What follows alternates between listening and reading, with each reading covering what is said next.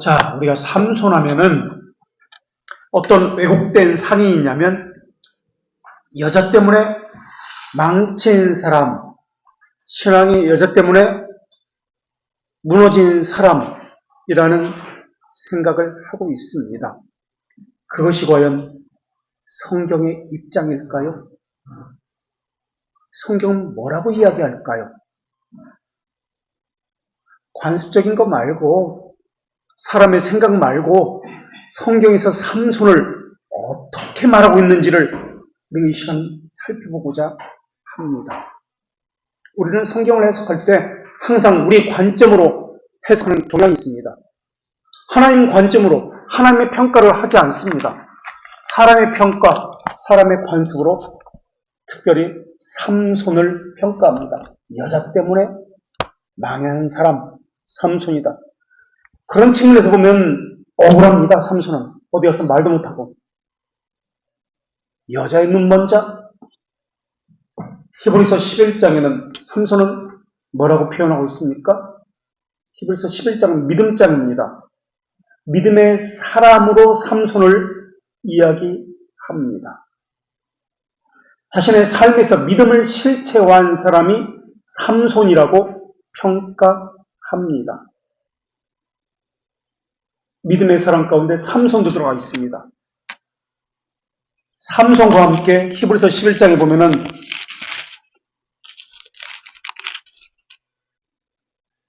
(32절에) 제가 한번 읽어보겠습니다. 무슨 말을 더하리요?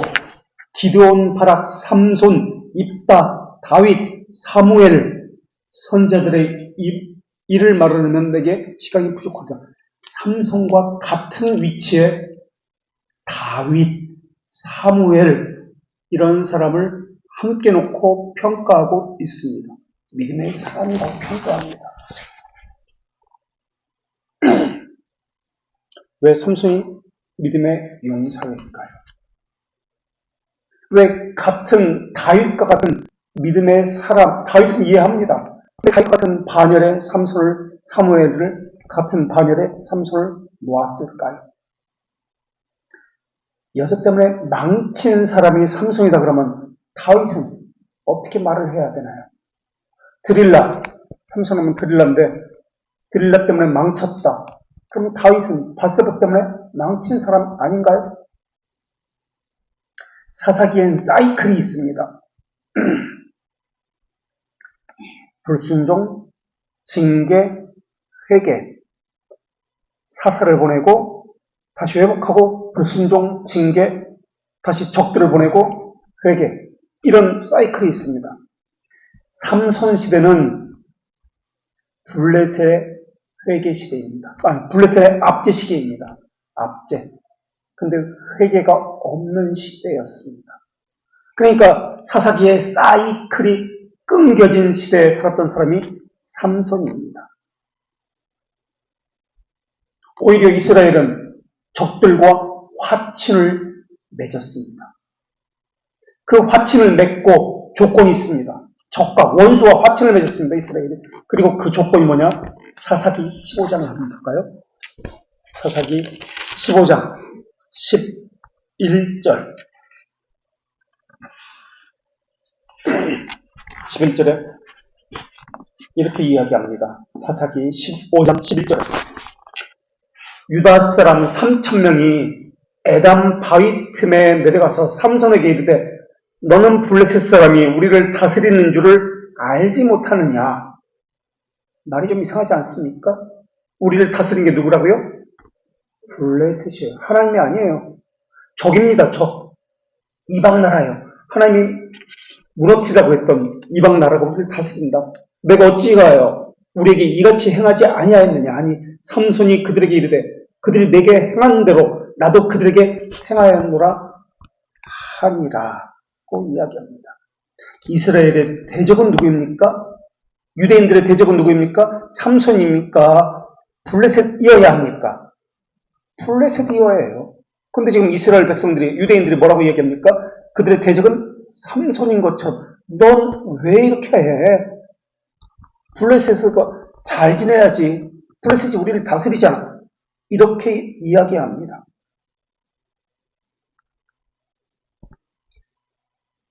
블레셋과 당시에 유일하게 대적한 사람, 싸운 사람은 삼손 외에는 아무도 없었습니다.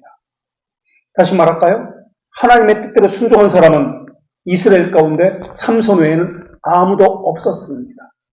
죄와 타협한 사람들입니다. 원수와 타협한 사람입니다. 그것이 이스라엘입니다. 삼손은 14장 19절에 보면은 이렇게 이야기합니다. 사사기 14장 19절. 여호와의 영이 삼손에게 갑자기 임하심에, 항상 삼손을 평가할 때는 하나님의 영이 임하셔서라고 말씀합니다. 이것을 우리가 주목해야 됩니다. 하나님의 영이 임하셔서 삼손이 아스글론에 내려가서 그곳 사람 30명을 쳐 죽이고, 아스글론은 블레셋입니다. 30명을 쳐 죽이고 블레셋 사람 노력하여 수수께끼를 푼 자들에게 옷을 주고 심히 노하여 그의 아버지의 집으로 올라가고, 그렇게 되어 있습니다. 삼손의 아내는 20절에 삼손에게 아내가 있었습니다. 삼손의 친구였던 그의 친구에게 준 바 되었더라. 친구에게 자기 아내를 빼앗긴 사람이 누구다? 삼손이다.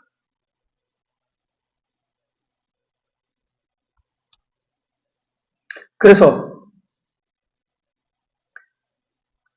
이번에는 사사기 15장 6절에서 8절을 보겠습니다. 화가 났습니다. 이제 아내를 빼앗기니까. 그래서 여우의 꼬리에 꼬리를 잡아가지고 풀어쳐가지고 6절부터 블레셋 사람에게 이르되 누가 이 일을 행하였느냐 하니 사람들이 대답하되 딥나 사람의 사위 삼손이니 장인이 삼손의 아내를 빼앗아, 삼손의 아내가 있었습니다. 아내를 빼앗아서 그의 친구에게 준 까닭이라 하였더라. 블레셋 사람들이 올라가서 그 여인과 그 아버지를 불살르니라. 블레셋 사람들이 삼손의 아내와 장인을 불살러 죽여버립니다. 그래서 7절에 삼손이 그들에게 이르되 너희가 이같이 하였은즉 내가 너희에게 원수를 갚고자 말리라 합니다. 그래서 블레셋 사람들을 쳐 죽이기 시작합니다.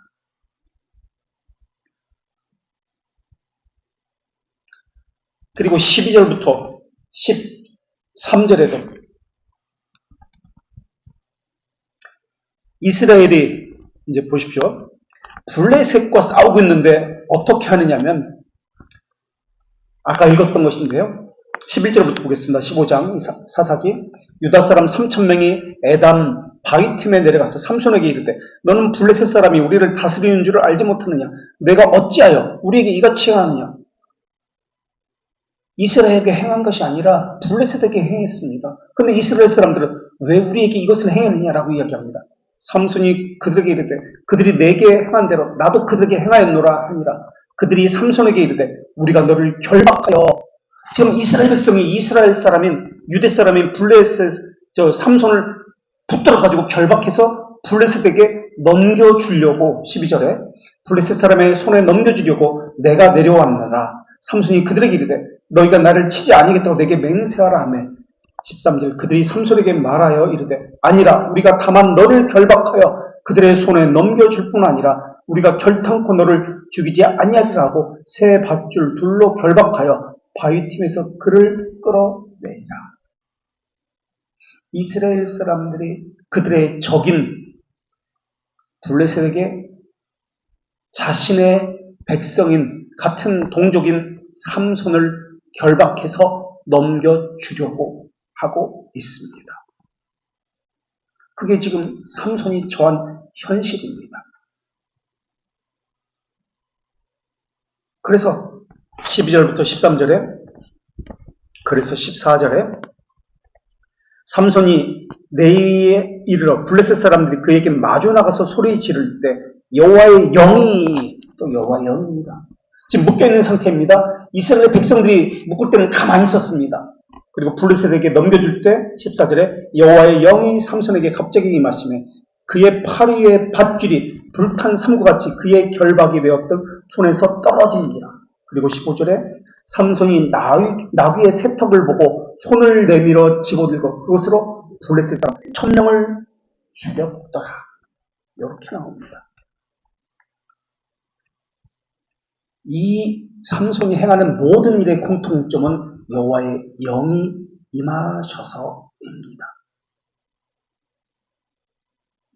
삼손은 15장 20절에 뭐라고 나오냐면 블레셋 사람의 때에 사사기 15장 20절 삼손이 이스라엘의 사사로 20년 동안 지냈더라. 이렇게 평가하고 있습니다.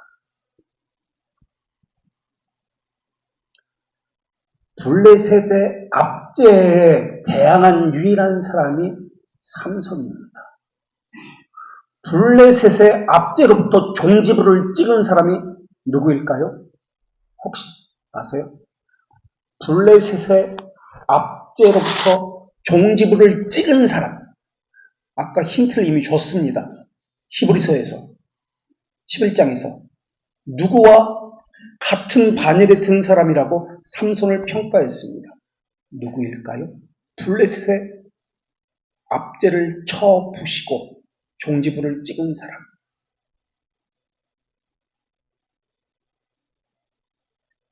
골리앗은 어느 나라 장군이었을까요? 골리앗은 어느 나라 장군이었을까요?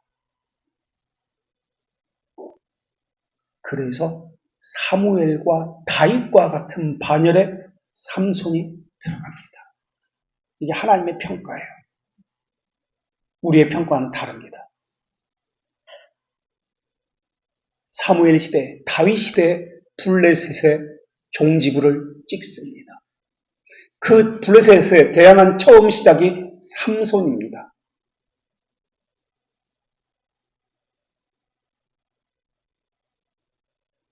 당당히 믿음의 사람이라고 히브리서는 다윗, 사무엘의 반열에 삼손을 올려놓습니다. 이게 하나님의 평가입니다. 그러나 우리는 이렇게 생각합니다. 여자 때문에 망친 사람. 그건 도대체 누구의 평가입니까? 자, 그렇다면 드릴라와의 관계를 다시 한번 성경을 통해서 살펴보겠습니다. 우리 14장 사사기 1절을 보겠습니다. 앞으로 넘어가서 사사기 14장 1절. 삼손이 딥나에 내려가서 거기서 블레셋 사람의 딸들 중에서 한 여자를 보고 올라와서 자기 부모에게 말하 이르되 내가 딥나에서 블레셋 사람의 딸들 중에서 한 여자를 보았사오니 이제 그를 맞이하여 내 아내로 삼게 하소서 하니 합니다.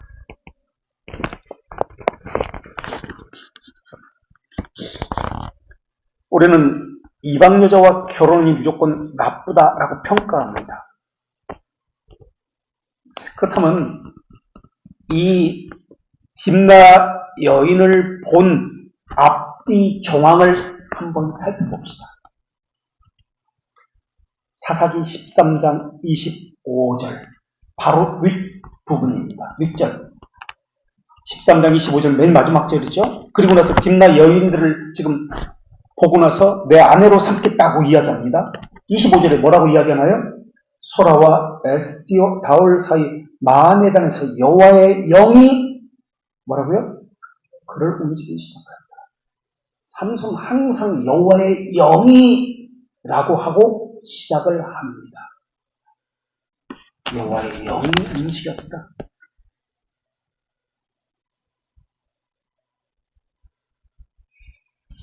여호와의 영이 움직입니다. 14장 5절과 6절도 봅시다. 14장 5절 삼손이 그의 부모와 함께 딥나에 내려가서 딥나의 포도원에 이른즉 젊은 사자가 그를 보고 소리지르는지 6절에 여호와의 영이 삼손에게 강하게 임하니 그가 손에 아무것도 없이 그 사자를 찢었더라. 이렇게 나옵니다. 그리고 8절에 얼마 후에 삼손이 그 여자를, 딥나 여자를 맞이하려고 다시 가다가 돌이켜 사자의 죽음을 본즉 사자의 몸에 벌떼 뿔이 있는지라. 그리고 수수께끼를 냅니다. 14장 14절 삼손이 그들에게 이르되 먹는 것에서 먹는 것이 나오고 강한 것에서 단 것이 나왔느니라. 그들이 사흘이 되도록 수수께끼를 풀지 못하더라. 어떤 뜻일까요? 요 수수께끼. 삼손이 그들에게 이르되, 블레셋 사람들에게 이르되 먹는 것에서 먹는 것이 나왔다. 강한 것에서 단 것이 나왔다. 그들이 사흘이 되도록 수수께끼를 풀지 못하더라.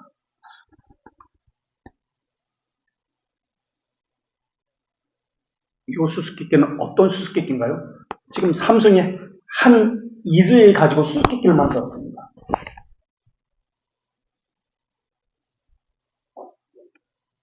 앞에서 일어난 일과 이것을 비교해보면 강하다는 것은 사자를 이야기합니다. 사자. 자기가 사자를 찢어 죽였습니다. 딥나에서 사자를 찢어 죽였습니다. 먹는 것에서 사자에서 꿀이 나왔다. 단 것이 나왔다. 먹을 것이 나왔다. 그것을 이야기하는 겁니다. 왜 수수께끼를 냈을까요? 이 수수께끼를 낸 이유는 사자를 찢어 죽였고 거기서 꿀이 나왔다. 이 이야기를 하고자 하는 것이 아니에요. 그렇다면 강한 것이 말하고자 하는 것은 블레셋입니다.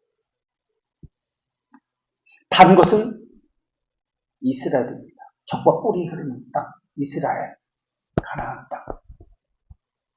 포식자가 블레셋인데 적과 꿀이 흐르는 단 것, 이스라엘을 먹는다. 그 이야기를 하고 있는 거예요.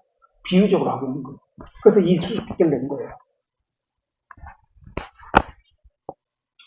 그렇다면 어떻게 하나님은 삼손에게 이방 여자를, 블레셋 여자를 사랑하도록 시켰을까? 결혼하고자 하는 마음을 갖게 하셨을까? 원인과 결과를 우리는 구분해야 합니다. 하나님이 삼손에게 블레셋 여자를 아내로 삼도록 했습니까? 아닙니다. 동기는 삼손에게서 나왔습니다. 여호와의 영이 임해서 그곳으로 갔지만은 동기는 삼손에게서 나왔습니다. 하나님의 성품과는 전혀 상관이 없습니다. 하나님은 사람의 과실조차 사용해서 능히 선을 이루신다는 것을 보이십니다. 이것을 통해서 블레셋과 싸울 수 있도록 준비하신 것이 하나님이십니다.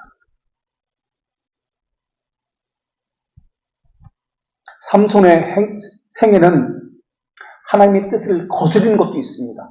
그러나 그렇지라도 하나님의 영은 그를 놓지 않냐고 붙들고 계십니다. 그래서 자기 욕심대로 했지만 이것을 통해서 하나님의 뜻을 이루시는 것을 보고 있습니다. 그게 딥나 여인을 사랑하는 겁니다.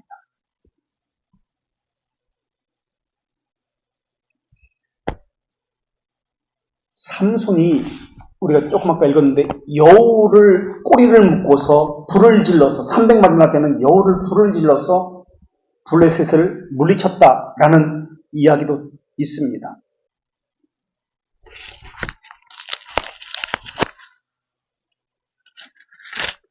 어떻게 사사기 15장 4절인데요. 여우 300마리를 붙들어가지고 꼬리를 묶을 수 있을까? 여우는 늑대와 다릅니다. 사자와 다릅니다. 무리지어서 생활하는 동물이 아닙니다. 각기 따로 떨어져 있는 사는 동물입니다. 그런데 그 여우를 하나씩 잡아가지고 300마리나 잡아서 꼬리를 다 묶고 거기에 불을 질러가지고 블레셋 사람의 공식단을 다 불로 태워버립니다. 어떻게 가능할까? 이것을 읽을 때 우리는 무엇을 생각해야 되는 것일까? 우리는 이것을 그냥 무심코 읽습니다. 어떻게 여우의 꼬리를 300마리를 붙들어서 불을 질를까? 힘이 좋았나 보다. 단지 그렇게 생각합니다. 이것을 하나님이 행하신 것이라고 읽지 않습니다. 이적입니다.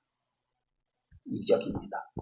여우는 각기 따로따로 사는 그러한 동물입니다. 근데 300마리를 어디서 그렇게 잡을 수 있느냐는 거예요.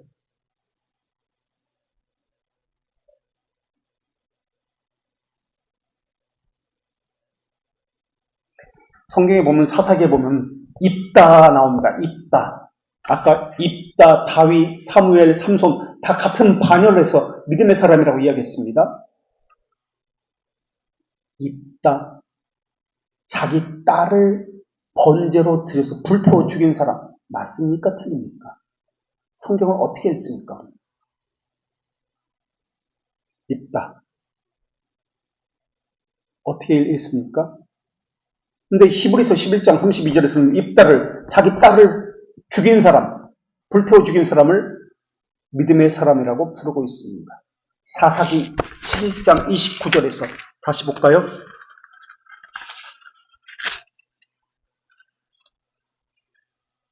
입다의 딸. 34절부터 볼게요. 11장 사사기 34절, 11장 34절. 입다가 미스바에 있는 자기 집에 이를 때에 보라, 그의 딸이 소고를 잡고 춤추며 나와서 영접하니 그는 그의 무남동녀라. 입다가 이를 보고 사람 옷을, 자기 옷을 찢으며 이르되 어찌할꼬 내 딸이여, 너는 나를 참담하게 하는 자로다. 너는 나를 괴롭게 한 자 중에 하나로다. 내가 여호와를 향하여 입을 열었으니 능히 돌이키지 못하리로다. 어떤 서원을 했냐면 29절부터 볼까요? 이에 여호와의 영이 입다에게 임하시니 30절에 그가 여호와께 서원하여 이르되 주께서 암몬 자손을 내게 넘겨주시면 암몬과의 전쟁에서 이기면 31절 내가 암몬 자손에게 평안히 돌아올 때 누구든지 내 집문에서 나와서 나를 영접하는 그는 여호와께 돌릴 것이니 내가 그를 번제물로 드리겠나이다 하니라. 이렇게 나옵니다. 근데 누가 나왔냐면 자기 딸이 나와요. 딸을 번제물로 드렸다. 불태워 죽였다. 어떻게 하나님이 그럴 수 있느냐라고 우리는 해석을 합니다. 이것이 맞는 해석일까요? 하나님은 자기 자녀를 불에 태워서 죽이는 이런 잔인한 분일까요? 그런 사람을, 그런 입다를 믿음의 사람이라고 성경은 기록하고 있을까요? 이 뜻이 무슨 뜻일까요? 지금까지 혹시 어떤 해석을 들어보셨나요? 입다가 자기 딸을 바치는 것을 어떻게 해석했나요? 들어보신 적, 어떤 해석을 들어보셨나요? 그냥 불태워 죽였다, 그게 전부예요? 자기 딸을 불태워 죽였다. 어째 그럴 수 있을까? 자기를 마중 나오는 사람을, 첫 번째 마중 나오는 사람이 자기 딸이었다. 그래서 불태워 죽였다. 인신지사를 극도로 혐오하시는 하나님이 어떻게 그럴 수 있을까?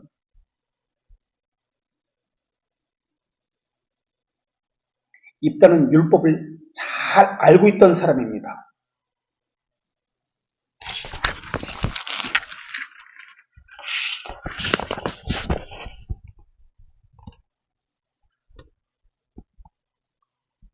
암몬족 속의 제사가 인신제사입니다.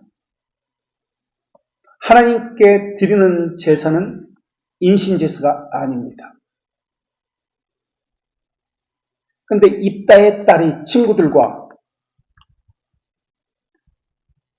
사사기 11장 38절 한번 보세요. 사사기 11장 37절부터 보겠습니다. 또 그의 아버지에게 이르되 딸이 이 일만 내게서 허락하사 나를 2달만 버려두소서. 내가 내 여자 친구들과 함께 산에 가서 나의 처녀로 죽음을 인하여 애국하겠나이다 하니 그가 이르되 가라. 2달을 기한하고 그를 보내니 그가 그 여자 친구들과 가서 산 위에서 처녀로 죽음을 인하여 애국하고 2달 만에 그의 아버지에게로 돌아온지라. 그는 자기가 서원한 대로 딸에게 행하니 딸이 남자를 알지 못하였더라. 이것이 이스라엘의 관습이 되어 나흘씩 애곡할 일이 생겼더라. 여기서 어떤 단어를 빼고 우리는 읽고 있습니까? 어떤 것을 빼고 왜곡하고 있을까요? 어떤 죽음입니까? 어떤 죽음이에요? 어떤 죽음을 맞이한다고 지금 쓰고 있어요? 처녀로 죽음을 인하여라는 단어입니다. 이 뜻이 무엇일까요? 이 뜻이 무엇일까요? 이 뜻이 무엇일까요? 번제로 자기의 몸을 불태워 죽이는 것일까요? 죽음은 그런 죽음이 아닙니다. 처녀로서의 죽음입니다. 다시 말하면 처녀로서의 죽음이라는 뜻은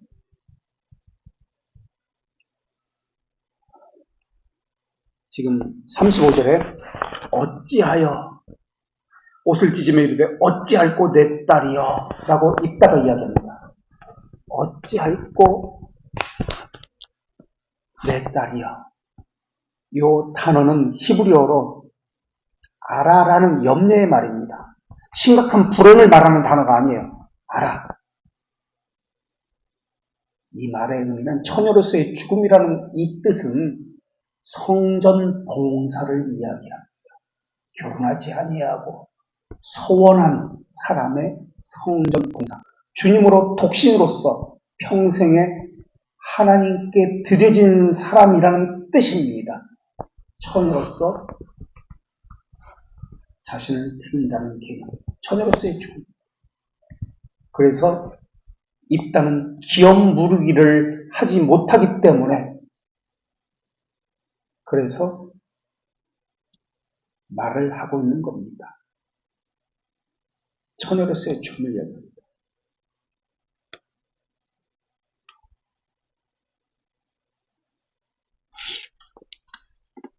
자, 이렇게 우리는 성경의 관점에서 읽지 않고 우리의 관점으로 성경을 읽기 때문에 왜곡하는 경우가 너무나 많이 있습니다. 계속해서 우리가 페이지 147 신앙고백서를 오독할 때 아전인수격으로 해석할 때 발생하는 대표적인 왜곡의 유형들은 다음과 같습니다. 147쪽 첫 번째 문자주의적 교조화. 이단들은 이런 일들을 행합니다. 문자 그대로 적용하기 때문에 많은 왜곡 오류를 범합니다.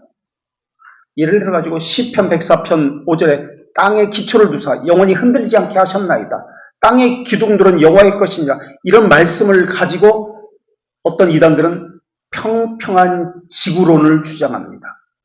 중세 때는 태양이 지구를 돕니다 라는 천동설을 만들어냈습니다. 문자를 가지고.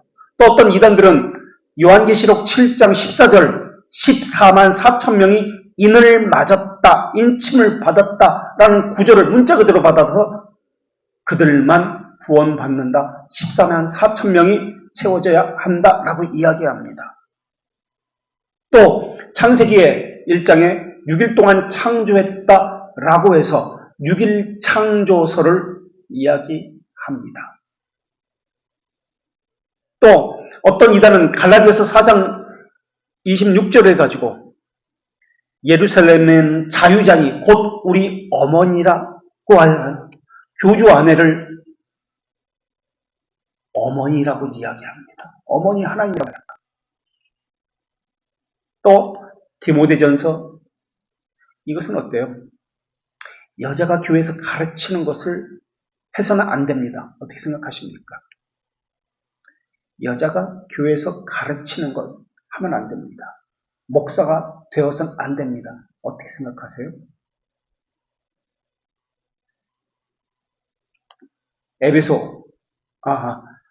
디모데전서 2장 12절의 말씀에 어떻게 생각하세요? 그렇게 들었죠? 여자가 가르쳐서는 안 됩니다. 어떻게 생각하세요? 그렇게 들었죠? 맞을까요? 디모데전서 2장 12절 말씀입니다.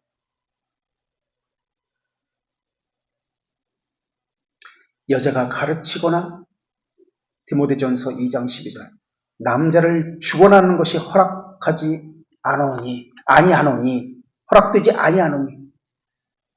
여자가 가르치는 것도 안 되고 여자가 남자를 주관하는 것도 안 된다 이 근거 구조를 가지고 그렇게 이야기합니다. 맞나요? 틀리나요? 지금 에베소 교회에 주신 말씀인데요. 에베소 지역은 무엇을 섬겼던 지역입니까? 우상인데 어떤 우상? 아데미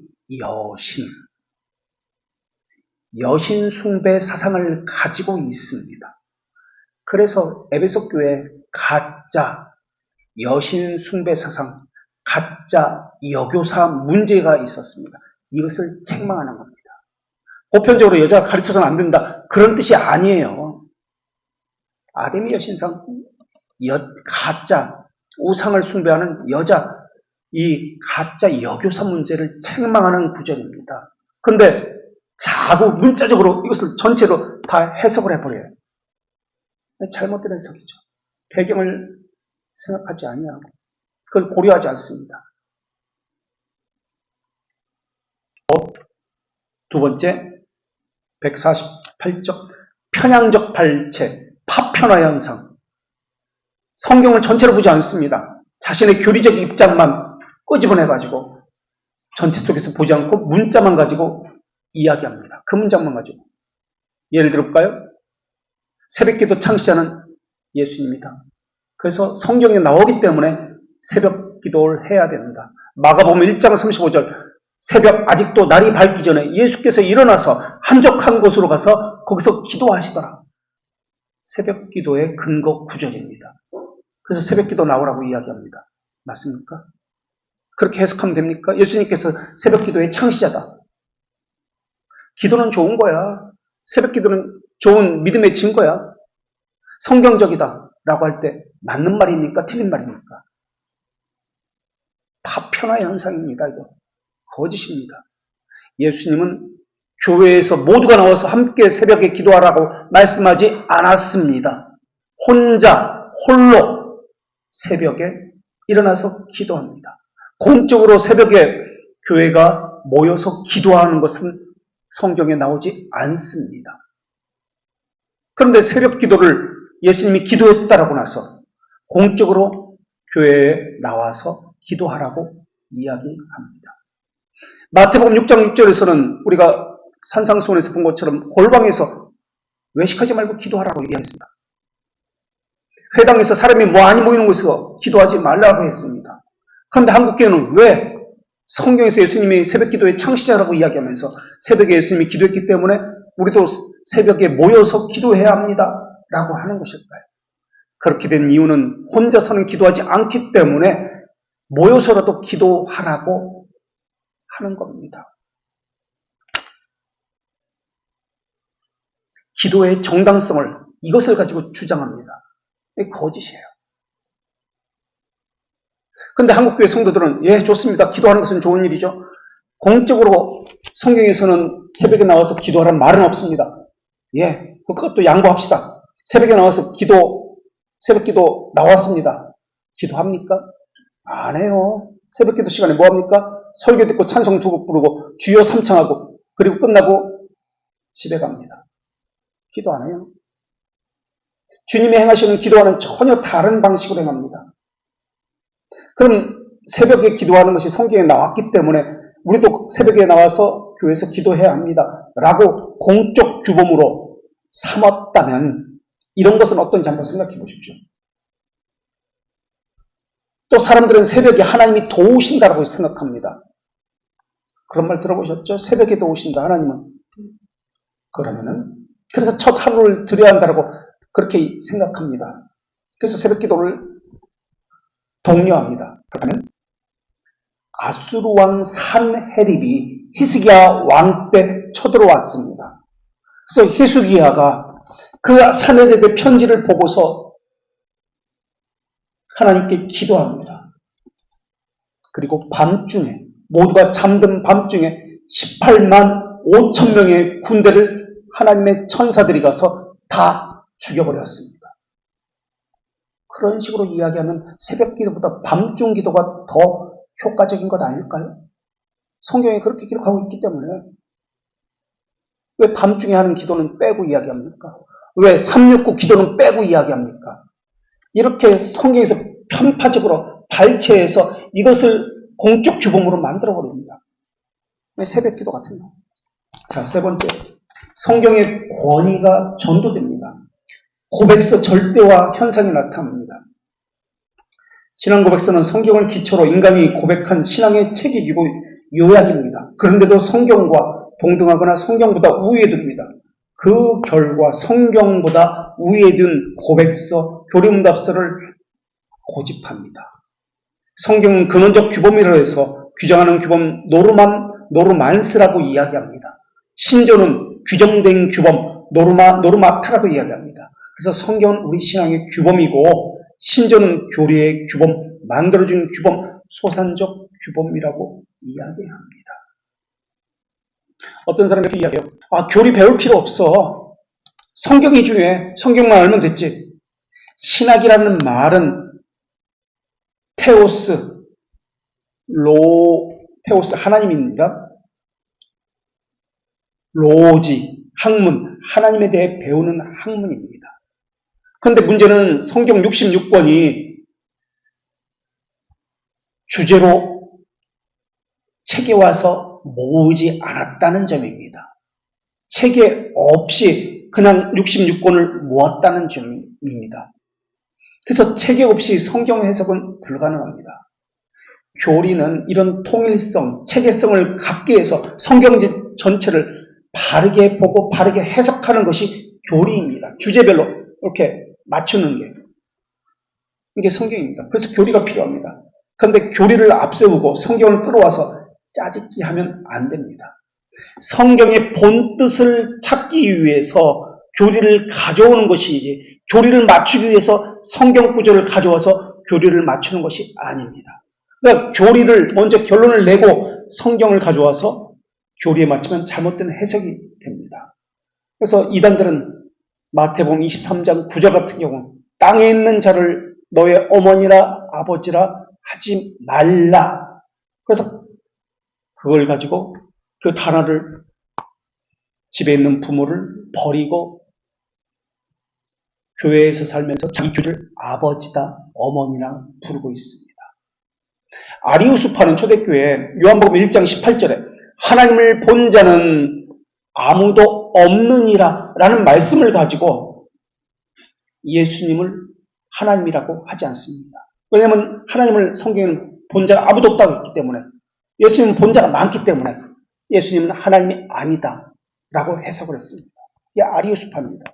또 성경에서 이것은 내 몸이니 예수님이 성찬식에서 마태복음 26장 26절에서 말씀하셨기 때문에 로마 가톨릭은 어떻게 해석합니까? 이것이 내 몸이다. 예수님이다. 그렇게 해석합니다. 이것이 화채설입니다.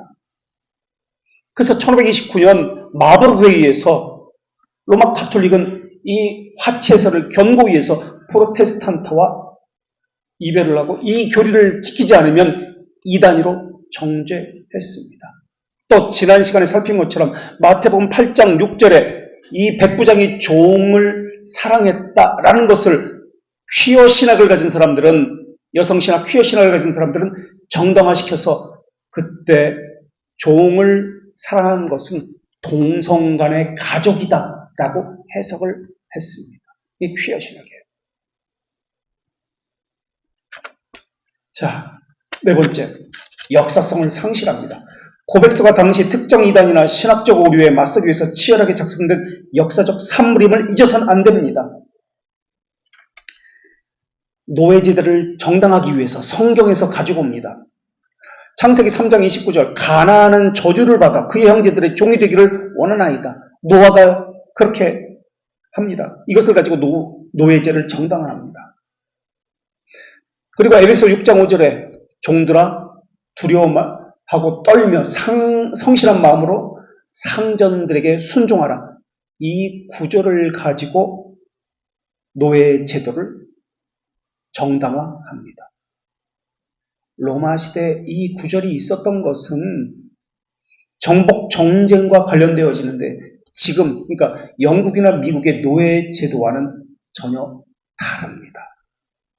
로마의 종들은 전쟁 포로였습니다. 그리고 아무나 노예로 데려온 것이 아니었습니다. 지식인, 학식, 전문적인 사람들이 많았습니다. 그러니까 노아 시대, 로마 시대의 노예와 근대 시대의 노예는 그 맥이 다릅니다. 로마 시대의 노예는 노예였지만 돈도 있고 학식도 있고 집도 있고 출세도 있었습니다. 상속권도 있었고 해방의 자유도 있었습니다. 제도적으로 보장된 그런 노예였습니다. 그러나 근대 시대의 노예는 자기 발언권도 없고 돈도 없고 출세도 없고 상속권도 없고 해방의 기회도 전혀 없는 그러한 노예 제도였습니다. 역사성을 무시하고 일방적으로 이 성경 구절에 이것이 있다 해서 노예 제도를 용이라고 했던 것은 잘못된 해석입니다. 또 성경에 보면 로마서 16장 16절에 거룩한 입맞춤이라는 단어가 나옵니다. 거룩한 입맞춤으로 문화하라. 당시 고대 근동이나 로마 사회에서는 거룩한 입맞춤이 보편 인사법이었습니다. 뺨을 맞대는 거, 이런 거. 이런 역사적 배경을 무시하고 문자적으로 적용하면 잘못된 해석입니다. 또 재직회 때 항상 발을 씻겨주잖아요. 청년부 수련회 가서 발을 씻겨주잖아요. 다 문자적으로 잘못된 해석입니다. 이와 같이 일어나는 단어를 빼고 있습니다. 진리의 본질을 없애버리고 역사성을 없애버리고 문자적으로만 받아들이기 때문에 왜곡하고 그렇습니다. 계속해서 149쪽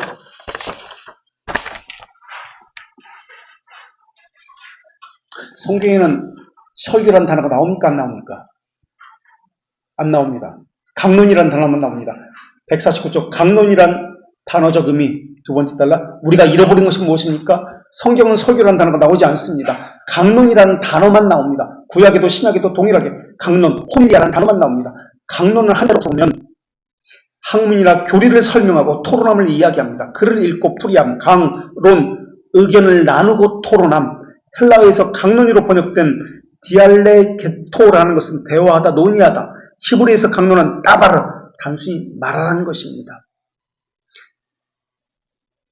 왜냐하면 이는 의도적인 교육 자리를 만드는 것이 아니라 일상의 대화를 이야기합니다. 설교는 150쪽 주제별 신앙 강의에 가깝다면 강론은 그날 성경 본문에 철저히 바탕을 둔 해설이란 뜻입니다. 강론 헬라어 호밀리아는 원래 친밀한 대화, 동행자와 담소라는 뜻입니다. 이에 반해서 설교, 세르모는 공식적인 연설, 담론의 뜻입니다. 고대 로마의 수사학적 체계를 따릅니다.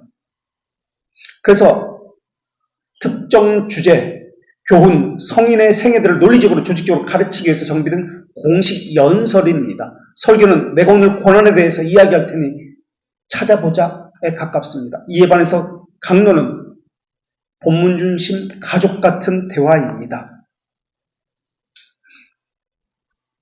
그래서 151조 그렇다면 왜 강론, 설교 이렇게 구별되었을까? 왜 우리는 설교를 하고 있을까? 이것을 보자는 거예요. 중세시대의 성경 해설을 전혀 이해하지 못하게 되자 사제들은 미사가 끝난 뒤에 별도 시간에 모국어로 교리를 설명하는 주제 중심의 설교를 따로 하기 시작했습니다. 그때부터 전례 앞에 예배와 설교가 분리되는 현상이 생겼습니다. 그런 배경으로 개신교는 예배의 중심을 목회자가 성경을 논리적으로 선포하는 설교 세러모니 되었습니다.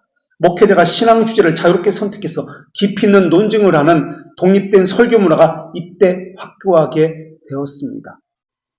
그래서 독립적인 설교로 발전하게 됩니다. 그래서 로마 카톨릭은 강론을 하고 개신교는 설교를 한다. 이렇게 말하고 있지만 사실 이 말도 잘못된 말입니다.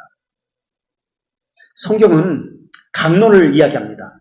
강론은 삶의 말씀이 적용되도록 나누고 깨달음을 주고받는 방식입니다. 격식을 차린 것은 아니에요. 일상에서 이야기를 나누는 형식이 강론입니다. 영적 이해를 돕는 행위입니다. 그러니까 설교는 개신교의 설교는 삶에 좀 더 초점을 맞추어서 풀어주고 삶으로 변화시키는 것을 강조하는 것이라면 강론은 삶보다도 성경을 해설해 주는 것에 초점을 맞춥니다. 자, 그 다음 강론과 설교의 장단점. 강론은 호밀리아고 설교는 세레모니입니다. 방향성을 보기.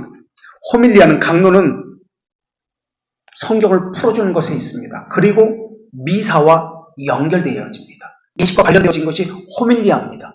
설교는 강론은 5분에서 10분만 합니다. 미사와 연결지는 것이 중요하기 때문에 이 방향성은 미사와 관련되어지는 것. 호밀리아, 강론. 설교는 삶과 연결되어집니다. 성경 본문을 풀어서 삶, 실천과 관련되어진 것이 설교입니다. 소재는 성경을 가지고 호밀리아는 이야기합니다. 그러나 설교는 성경을 바탕으로 적용 중심이기 때문에 뉴스, 예화 중심일 수도 있습니다. 그리고 강론의 방식은 호밀리아는 차분합니다. 엄숙합니다. 의식과 관련되어지기 때문에. 그러나 설교는 그들의 삶의 방향이 바뀌어지기를 원하기 때문에 열정적이고 호소적입니다. 그래서 이런 식입니다. 강론은 깨끗한 마음으로 주의 성천에 우리가 참여합시다. 차분합니다. 그러나 설교는 그렇지 않고 주님은 지금도 양팔을 벌리고 여러분을 기다리고 계십니다. 집 나간 자녀들이여 주님께 어서 오십시오. 이렇게 주님의 품으로 오라고 호소합니다. 실천 중심이기 때문에 이런 차이가 있습니다. 대학의 핵심 교수법. 그래서 강의, 토론을 중심으로 대학에서 냈는데요. 강의를 할 때 일방적인 주입식 교육이 아닙니다.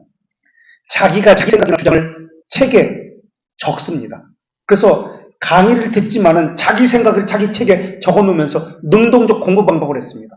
그 자기가 적어놓은 것을 가지고 자기가 공부한 것을 가지고 토론을 하고 서로가 서로에 대해서 오류를 찾아내고 어떤 것이 더 낫고 진리에 가까운지 하는 과정을 거치는 것이 토론의 특징입니다. 이런 과정을 거쳐야 의학, 교회, 교회법, 신학, 철학을 할 수가 있었습니다. 153쪽. 그래서 생각하는 힘을 기르는 훈련을 했던 것이 사막사학입니다. 자기 스스로 공부하는 법을 길렀던 것이 사막사학, 지능의 근육을 키우는 법이었습니다. 우리 교리 교육도 마찬가지입니다. 목사가 떠먹여주는 교육이 아니에요. 자기 스스로 공부하는 습관을 갖추는 게 교리 공부입니다. 그래서 설교를 들을 때, 무엇을 들을 때 옆에 자기 생각을 써놓는 거예요. 자기가 공부한 것을 써놓는 거예요. 비판적 사고, 논리학, 로직. 비판적 사고는 단순히 남을 비판하는 것이 아닙니다. 어떤 정보가 맞는 것인가 스스로 검증하는 능력입니다. 진실을 가려내는 것, 객관적인 근거를 찾는 것.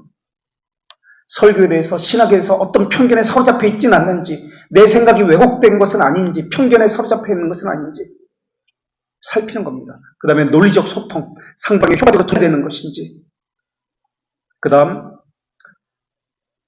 문법이 필요한 이유 154쪽. 문법이 필요한 이유는 간단합니다. 생각의 오차를 이뤄서 서로를 정확하게 이해하기 위해서입니다. 소통의 약속이기 때문에 그렇습니다.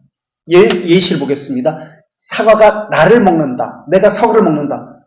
단어들은 다 똑같습니다. 그러나 가를 문법적 장치, 단어 하나 때문에 완전히 말이 달라집니다. 예시 2, 155쪽. 이단들이 잘 사용하는 것이죠. 이건 어떤 이단이? 갈라디아서 4장 24절. 이것은 비유니라고 이야기했습니다.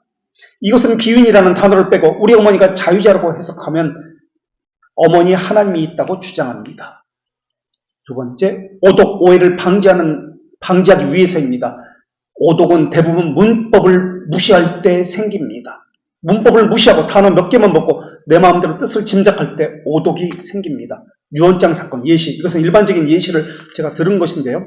항상 이런 재판에 관해서 지금도 많이 이런 일들이 있습니다. 유언장. 오랜 질병으로 죽을 것을 안 아버지는 대학생이었던 두 자녀에게 유언장을 썼습니다. 실제 있었던 일입니다. 유언장에 대학에 재학 중인 나의 장남과 장녀에게 주택을 상속한다. 그런데 아버지가 돌아가셨을 때 장남은 군대 갔다 와서 대학생이었고 장녀는 군대를 안 갔기 때문에 대학을 졸업한 상태였습니다. 그렇다면 법적 효력이 어디에게 있습니까?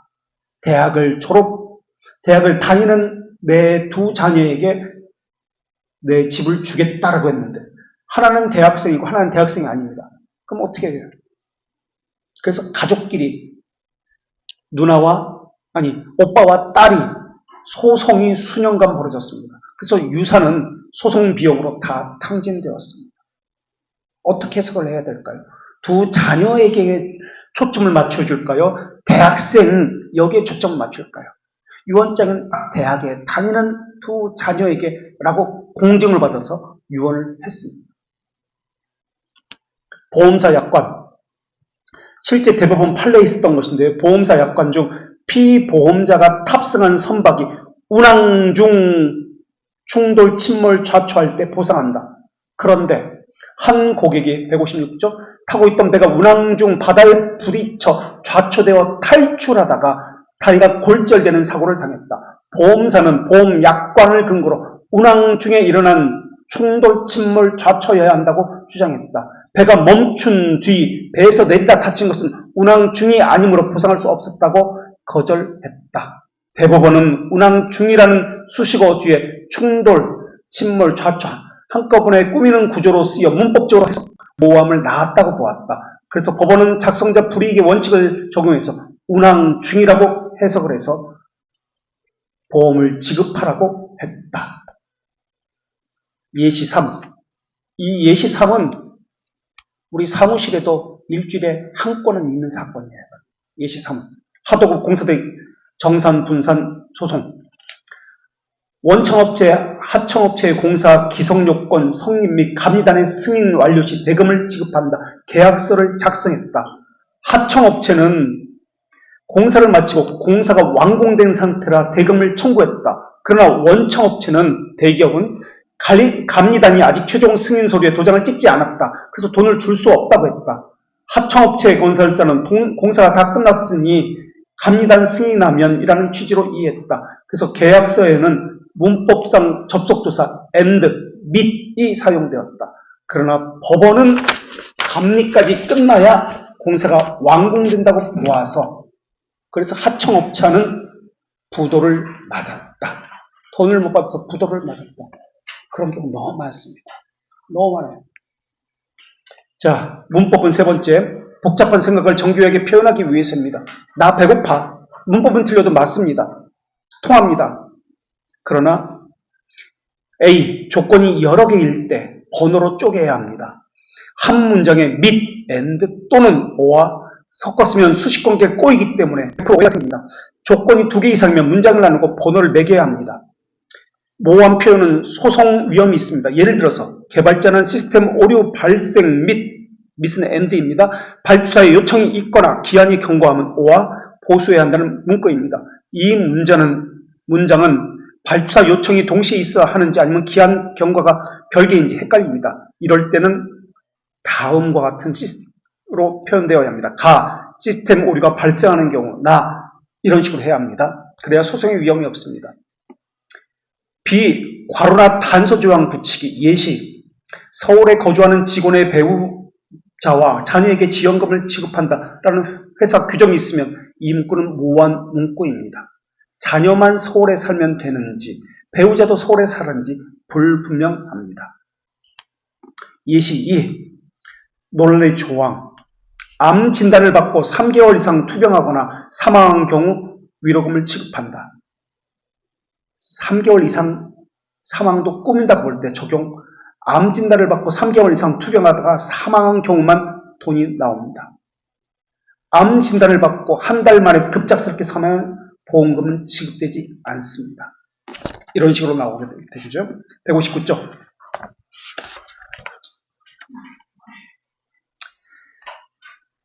기한을 C 적을 때 특정 시점과 행동을 함께 적어야 합니다. 정확한 날짜, 시간, 누가 무엇을 완료했는 시점을 전부 다 적어야 합니다. 여러분 이걸 생활을 살면서 법률적인 것이니까 분명히 기억하고 있어야 돼요. D. 수동태를 버리고 주어 목적으로 무조건 채우기. 해야 한다, 지급된다. 하여튼 주어 없는 수동태 문장은 나중에 책임을 서로 미루는 원인이 된다. 행동의 주체인 원곡, 피곡, 행위자와 대상을 명시해야 한다. 160조. 우리말 세 번째 달라. 우리말에는 주어 없이 밥 먹어 말을 해도 성립이 됩니다. 그러나 외국어는 신앙고백서와 교리문답서는 분명히 써야 합니다. 4번 160조. 문법이 필요한 경우는 내 머릿속을 정리해주기 때문에 그렇습니다. 글을 쓰거나 말을 할 때 문법에 맞춰 정리해보면 엉켜있던 내 생각도 논리적으로 편합니다. 넘겨서요. 161조. 예시 1. 정확한 말이 필요한 경우, 위급상황. 이럴 때는 이중 부정 금지입니다. 군대에서, 병원에서 환자에게 항생제 투여를 금지하지 마십시오. 금지하지 마십시오. 이중 부정의 말입니다. 이것을 써서는 안 돼요. 0.5초만 망설여도 환자는 위험에 처해질 수 있습니다. 이 지시를 받은 사람은 어떻게 해야 할지 이중 부정의 말을 들었기 때문에 고민하게 됩니다. 그때는 정확하게 이렇게 말을 해야 됩니다. 환자에게 항생제를 투여하십시오. 아니, 항생제 투여를 금지합니다. 주어와 서술어의 관계를 명확히 해야 합니다. 쉼표 때문에 두 번째 예시, 교리가 바뀌어졌습니다. 사도신경에서 라틴어 번역이나 성경 기반 신앙고백서를 해석할 때 문장 부호를 잘못 지키면 구원관이 완전히 뒤바뀌었습니다. 대표적으로 누가복음 23장 43절 나오는 말씀입니다. 내가 진실로 내게 이르노니 오늘 내가 나와 함께 낙원에 있으리라. 라틴어나 고대 헬라어는 쉼표가 없습니다. 그래서 쉼표를 어디에 찍느냐에 따라 구원관이 달라집니다. 해석 1.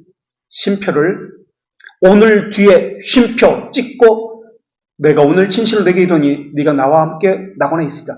그렇게 오늘 뒤에 찍으면은 죽은 바로 그날 오늘 천국에 즉시 갑니다. 그러면 영원 불멸과 즉각적 구원을 의미하는 해석이 됩니다. 두 번째 해석. 오늘 뒤에 찍지 않고 이르노니 내가 진실로 내게 이르노니 뒤에 심포를 찍으면 내가 오늘 내게 이르노니 내가 나와 함께 낙원에 있으리라. 내가 말을 하는 시점이 오늘일 뿐 낙원에 가는 것은 먼 미래가 됩니다. 그렇다면 영원 수면소를 주장하게 됩니다. 교리가 엄청나게 잘못되어지는 거예요. 심표를 어디에 찍느냐에 따라 같은 문장인데도. 예시 3. 아리우스 논제 초대교회. 본질이 같다, 아니다, 비슷하다. 이 단어의 논쟁 때문에 이단이 생기고 수많은 사람이 죽었습니다. 이 논쟁을 이오타 논쟁이라고 이야기합니다. 영어로 I, 이오타, 헬라어로. 정통파 I를 더 넣으면은 정통파 신앙이 됩니다. 호모우시우스. 아버지와 아들은 본질이 같다. 그런데 아리우스파는 이오타를 하나 넣습니다. 호모이우시우스. 아들과 아버지는 비슷하다라고 합니다. 그 이단이 된 거예요. 예시사 163쪽. 필리오케 논쟁도 그렇게 시작된 겁니다. 필리오케 논쟁. 1054년에 동방교회와 서방교회가 나뉘어지는 필리오케 논쟁입니다. 와 아들로부터 오케, 필리오케라는 단어가 추가됩니다. 그래서 이 한 단어 때문에 필리오케 논쟁이라고 하는데 동방교회, 서방교회가 갈라지고 문법적, 신학적 왜곡이라고 서로가 서로를 이단으로 정죄합니다. 뭐 이렇게까지 따져. 쉼표를 어디에 넣든 단어를 빼든 말든 그냥 통하면 되는 거 아니야? 자, 그럼 문법 없이 말해 봅시다. 5번 164쪽. 문법이 사라진다는 것은 언어의 약속, 질서가 사라지는 것입니다. 첫째, 그렇게 되면 단어 나열만 있습니다. 문법이 있을 때는 사자가 사람을 잡아먹었어. 먹었다라고 표현됩니다. 문법이 없을 때는 사자, 사람, 먹다. 사람이 사자를 먹은 것인지 사자가 사람을 잡아먹은 것인지 도저히 이해가 안 됩니다. 이건 정보 전달이 아니에요. 또 두 번째, 시간과 관계의 개념이 사라집니다. 문법은 사건이 언제 일어났는지, 어떤 관계인지 설명해 줍니다. 나는 너를 사랑했다. 과거형. 나는 너를 사랑할 것이다. 미래형. 하늘과 땅의 차이입니다. 시제, 조사에 따라서 지금 일어난 일인지 과거에 또는 미래에 그것을 분간할 수가 없습니다. 세 번째, 논리적 사고를 할 수가 없습니다. 자유칠과에서 문법은 가장 중요합니다. 그런 다음에 문법 배우고 논리학 그 다음에 봅니다. 사고의 뼈대가 문법이기 때문에 그렇습니다. 만일 비가 온다면 소풍을 취소될 것이다. 가정이나 조건을 만들 수가 없습니다. 문법이 없다면. 넘겨서요. 마지막 장 160. 사회적 갈등이 폭발하고 오독과 왜곡의 현상, 서로가 서로에 대해서 반목의 현상이 나타날 것입니다. 그럼 두 번째 달라, 문법이 없으면 언어는 정교한 소통 도구에서 단순한 비명 수준으로 퇴화할 것입니다. 문법이 너무 복잡해 단어만 나열하고 싶었다면 그것은 잘못된 생각입니다. 문법 없이도 대화가 잘 통했던 특별한 경험이 있을 것입니다. 나 밥 먹었어. 그것은 전제가 이미 되었다는 것을 이야기해야 합니다. 주문을 해보겠습니다. 배가 고파서 배달 음식을 시켜 먹자고 할 때 문법 없이 표현하면 단어가 나열됩니다. 나 너 치킨 배달 지금. 해석은 서너 가지로 됩니다. 내가 너한테 지금 치킨을 배달해 줄까? 해석 두 번째. 내가 지금 치킨집에 가서 배달을 받아와라. 치킨 세 번째. 그러니까 치킨을 먹자는 거야, 시키라는 거야, 배달하라는 거야. 수십 번 문법 없다면 주고받아야 합니다. 자, 예시. 이제 성경에서 예시를 보겠습니다. 실제 시제와 문법의 동시분계입니다. 하나님 나라는 이미와 아직부터 시작됩니다. 요한 1서 3장 9절. 하나님께로부터 난 자마다 죄를 짓지 아니하나이. 구원파가 이거 현재형으로 오해합니다. 그래서 죄를 지을 수 없다. 수동 상태로 해석을 합니다. 한 번 구원받은 사람은 무슨 짓을 해도 그것은 죄가 아니다 라고 해석을 합니다. 현재 시제로 해석을 하기 때문에 그렇습니다. 그러나 구원은 이미와 아직이라는 관계를 가지고 이야기해야 합니다. 이미, 과거, 아직, 현재, 미래. 그런데 이것을 빼버리고 현재로 했기 때문에 죄를 우리는 져도 상관이 없다라고 이야기합니다. 그래서 도덕 폐기론자, 무율법주의론자가 되어버립니다. 예시 세 번째, 마지막. 마태복음 1장 25절. 아들을 낳기까지, until 뭐뭐까지 동침하지 아니하였더니, 마리아가 예수님을 낳기까지 동침하지 아니하였더니 라는 부사구를 가지고 예수님의 어머니 마리아는 평생 동정녀다 라고 합니다. 까지라는 이 단어를 어떻게 해석했느냐에 따라서 교리가 달라집니다. 우리 해석은 이 까지를 예수님 출생 시점 이후에는 또 다른 아들을, 자녀를 낳았다. 예수님을 낳기 전까지는 동정녀였다라고 해석을 합니다. 그런데 로마 카톨릭은 그렇게 해석하지 않아요. 문법이 없는 세상은 맨 마지막 단락. 자기 마음대로 추측해서 행동을 합니다. 그러니까 문법에 대해서 정확히 알고 이것이 성경에서 어떻게 사용되는지 알아야 합니다. 그것이 없기 때문에 왜곡하고 오독하고 자기 마음대로 해석하고 자기 마음대로 적용합니다. 이것은 하나님의 뜻이다라고 합니다. 문법이 없는 말을 하는 시대가 된다면 오해와 대혼란이 있을 것입니다. 그래서 문법에 대한 바른 공부, 바른 정확한 지식을 가지고 성경을 보고 교리문답서를 봐야 합니다. 이것이 없을 때는 잘못된 해석, 잘못된 삶의 오독들이 나타납니다.